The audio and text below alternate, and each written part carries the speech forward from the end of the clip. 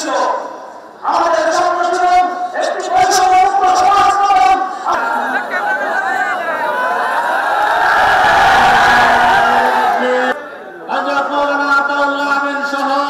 সেই সংবাদ পাওয়ার পরে শেখ হাসিনা কি করেছে?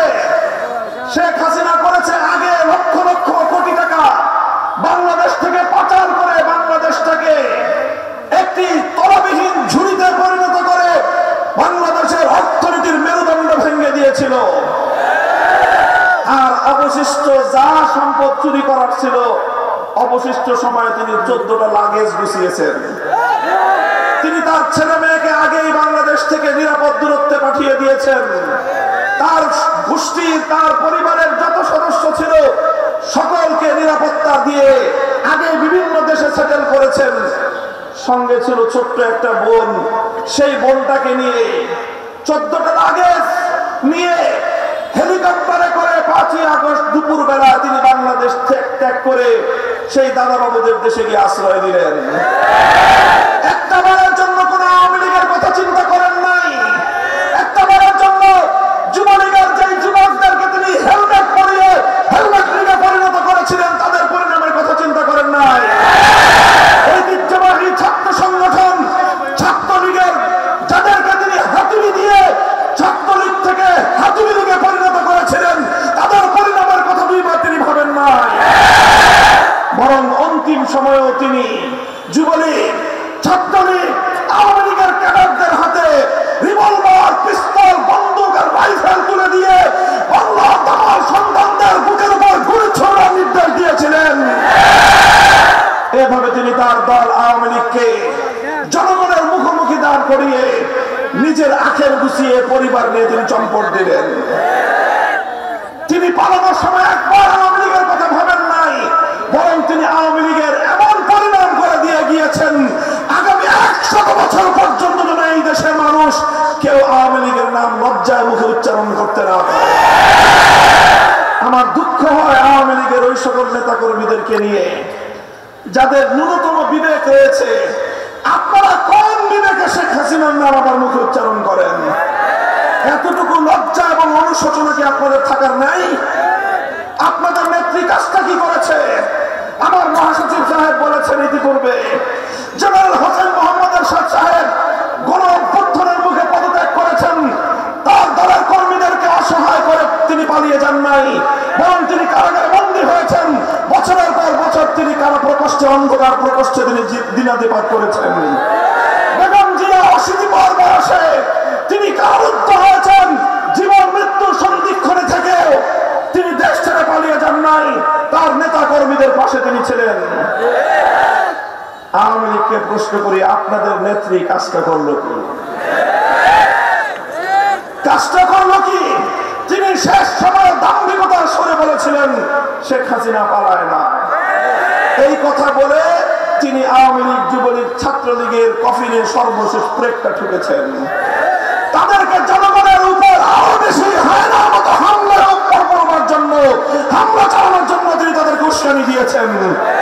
উস্কানি দিয়ে আওয়ামী লীগকে যুবলীগকে ছাত্রলীগকে হুমকির মুখে ঠেলে দিয়ে বাংলাদেশকে ধ্বংসের মুখে ঠেলে দিয়ে যেই বাংলাদেশকে ধ্বংস করবার জন্য তিনি রাজনীতি শুরু করেছিলেন সে দেশটাকে ধ্বংস করে দিয়ে তিনি যাদের এজেন্ডা বাস্তবায়নের জন্য এদেশে কাজ করেছেন তাদের কোলে গিয়ে আশ্রয় নিয়েছেন। এখন সেখানে বসে তিনি কলকাঠি নাড়ছেন। প্রতিবেশী দেশ হিসেবে ভারতকে আমরা স্পষ্ট বার্তা দিয়ে দিতে চাই, আপনারা বিগত 53 বছরের পরিচালিত বাংলাদেশ নীতি নিয়ে নতুন করে ভাবুন। বাংলাদেশের সঙ্গে ন্যূনতম সৌজন্যতামূলক পররাষ্ট্র নীতির আচরণ করুন।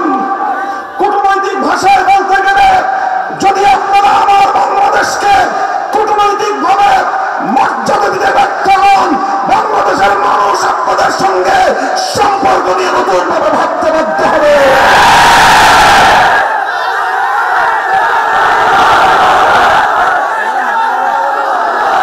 সংগ্রামী সাথী বন্ধুগণ, শেখ হাসিনা এবং আওয়ামী লীগ রাজনীতি করেছিল, তার রাজনীতির দ্বিতীয় বৈশিষ্ট্য ছিল বিভক্তি এবং বিভাজনের রাজনীতি, ডিভাইড এন্ড রুল। সেই ব্রিটিশের পলিসি অনুযায়ী তিনি বাংলাদেশে রাজনীতি করেছেন। যারা তার পক্ষে কথা বলতো তারা অটোমেটিক্যালি মুক্তিযোদ্ধা হয়ে যেত, তার বিরুদ্ধাচরণ করলেই রাজাকার হয়ে যেত। এই ছিল শেখ হাসিনার আমলে মুক্তিযোদ্ধা এবং রাজাকারের সংজ্ঞা। এই কাজ করতে করতে চূড়ান্ত পর্যায়ে আমার দেশের দামাল ছাত্ররা, 4 কোটি ছাত্র জনতা কোটা সংস্কারের ন্যায্য দাবি নিয়ে মাঠে নামলো। তারা বলল, মেধাভিত্তিক জাতি গঠন করুন। এভাবে কোটা সংস্কারের কোটা তৈরি করার মাধ্যমে মেধাবীদেরকে বঞ্চিত করে কোনো উন্নত রাষ্ট্র গড়ে উঠতে পারে না। ছাত্ররা তাদের ন্যায্য দাবি নিয়ে মাঠে নামলো। বাংলার প্রতিটি নাগরিক, বিবেকবান মানুষ তাদের পাশে দাঁড়ালো। যখন শেখ হাসিনার স্বার্থে আঘাত হানলো, তখন তিনি আমার দেশের 4 কোটি এই কচিকাচার নিষ্পাপ মাসুম ছাত্র জনতাকে তিনি রাজাকারের বাচ্চা বলে কটাক্ষ করতে এতটুকু দ্বিধা করলেন না। আমার দেশের ছাত্র জনতা বলল, অধিকার চাইলে যদি রাজাকার হতে হয়, দেশের স্বাধীনতার পক্ষে কথা বললে যদি রাজাকার হতে হয়, যদি দেশের উন্নয়নের পক্ষে কথা বললে যদি রাজাকার হতে হয়, বাংলাদেশের প্রতিটি শিক্ষাঙ্গন থেকে এক সুরে আওয়াজ উঠল, আমি কে তুমি কে। এই স্লোগানের মধ্য দিয়েই বাংলাদেশের ছাত্র জনতা সেদিন শেখ হাসিনাকে লাল কার্ড প্রদর্শন করে তার রাজনীতির কবর তৈরি করেছিল। আমার বাংলাদেশের ছাত্র জনতা শেখ হাসিনার বিভাজনের রাজনীতিকে বৃদ্ধাঙ্গুলি প্রদর্শন করে রাজপথে তারা অভূতপূর্ব ঐক্য গড়ে তুলেছিল। School, college, public university, private university, আলিয়া মাদ্রাসা, কওমি মাদ্রাসার আমার সোনার ছেলেরা সকল ভেদাভেদ ভুলে গিয়ে টেকনাফ থেকে তেতুলিয়া পর্যন্ত তারা ঐক্যের শীর্ষে তারা প্রাচীর তৈরি করেছিল এবং প্রাচীর তৈরি করে রাজপথে তারা উত্তাল স্লোগান তুলেছে। বুলেটের আঘাতে তাদের বুক ঝাঁঝরা হয়ে রাজপথ রঞ্জিত হয়েছে। যেই পথে তারা রক্ত দিল, যে পথে স্লোগানে স্লোগানে আকাশ বাতাস তারা মুখরিত করল, নামাজের ওয়াক্ত হওয়ার সঙ্গে সঙ্গে আমার সোনার ছেলেরা এই রাজপথে দাঁড়িয়ে আল্লাহু আকবারের আযানের ধ্বনিতে বাংলার আকাশ বাতাস প্রকম্পিত করলো। আমার ছাত্ররা রাজপথে দাঁড়িয়ে তারা সেই তাদের বুকের রক্ত দিয়ে বিধৌত বাংলার রাজপথকে জায়নামাজ বানিয়ে আল্লাহর দরবারে সেজদায় লুটিয়ে পড়ল। নামাজের পরে দুহাত তুলে খোদার দরবারে তারা অস্ত্র ছেড়ে দিয়ে ফরিয়াদ করলো, সাহায্য প্রার্থনা করলো। আমার আল্লাহ সাহায্য করেছেন, বলেন কথা ঠিক কিনা? আল্লাহ যখন সাহায্য করলেন, বাংলাদেশের মানুষ বিপ্লবের জন্য প্রস্তুত হলো, গণঅভ্যুত্থানের জন্য মানুষ প্রস্তুত হলো। শেখ হাসিনা এবং তার রেসপন্সার এবং তাকে আশ্রয় প্রশ্রয় দানকারী সাম্রাজ্যবাদী প্রতিবেশী রাষ্ট্রের সমস্ত ষড়যন্ত্র জালকে ছিন্ন করে জনগণের বাঁধ ভাঙ্গা জোয়ার গণভবনের দিকে ছুটে গেল। সংগ্রামী সাথী ও বন্ধুগণ, এভাবে অভূতপূর্ব যে ঐক্য গড়ে উঠেছিল, সে ঐক্যের মাধ্যমেই শেখ হাসিনা এবং তার ষড়যন্ত্রের রাজনীতি, বিভাজনের রাজনীতি, প্রতিশোধের রাজনীতি বাংলার মাটি থেকে উৎখাত হয়েছে। আবার তারা বাংলাদেশে নতুন করে পুনর্বাসিত হওয়ার স্বপ্ন দেখছে। আওয়ামী লীগ, যুবলীগ, ছাত্রলীগকে বলতে চাই, যদি রাজনীতি করতে চাও তাহলে দলের নামটা পরিবর্তন করে নতুন ভাবে রাজনীতিতে আসো। এই আওয়ামী লীগকে বাংলার মানুষ আর কোনদিন ক্ষমা করবে না। আমার প্রতি মায়ের বুক খালি করেছে, অসংখ্য অগণিত মানুষকে গুম খুন করে বাংলাদেশকে একটি মৃত্যু পরিচয় পরিণত করেছে। মানুষের বিরুদ্ধে প্রতিশোধ গ্রহণ করেছে, লক্ষ কোটি টাকা পাচার করে আমার বাংলাদেশকে বিশ্ব দরবারে তাদের অর্থনীতির ভিত ধসিয়ে দেওয়ার চেষ্টা করেছে। সংগ্রামী সাথী ও বন্ধুগণ, এই কক্সবাজারের কৃতি সন্তান, আপনাদের জনপ্রিয় জননন্দিত নেতা জনাব সালাউদ্দিন সাহেব, মানবতার ভাবে তিনি গুমের শিকার হয়েছেন এবং সকল কূটনৈতিক শিষ্টাচারকে বর্জন করে পার্শ্ববর্তী রাষ্ট্র এই সালাউদ্দিন সাহেবের এই গুম নাটকে প্রত্যক্ষ ভূমিকা পালন করেছে। আন্তর্জাতিক ভাবে আমরা ভারতের কাছ থেকে তার স্বচ্ছতার জবাব চাই। এভাবে ইলিয়াস আলী সহ যত বিরোধী নেতা কর্মীরা গুম খুনের শিকার শিকার হয়েছে তাদের সকল হত্যাকাণ্ডের জুডিশিয়াল প্রতিটি কিলিংয়ের বিচার চাই। লক্ষ্য করবেন বিগত সময়ে জুলুম হয়েছে বাংলাদেশের বিরোধী মত এবং পথের প্রতিটি দলের উপর, প্রতিটি নেতা কর্মীর উপর, তবে সবচেয়ে বেশি জুলুম চলেছে ইসলাম এবং ইসলামপন্থীদের উপর।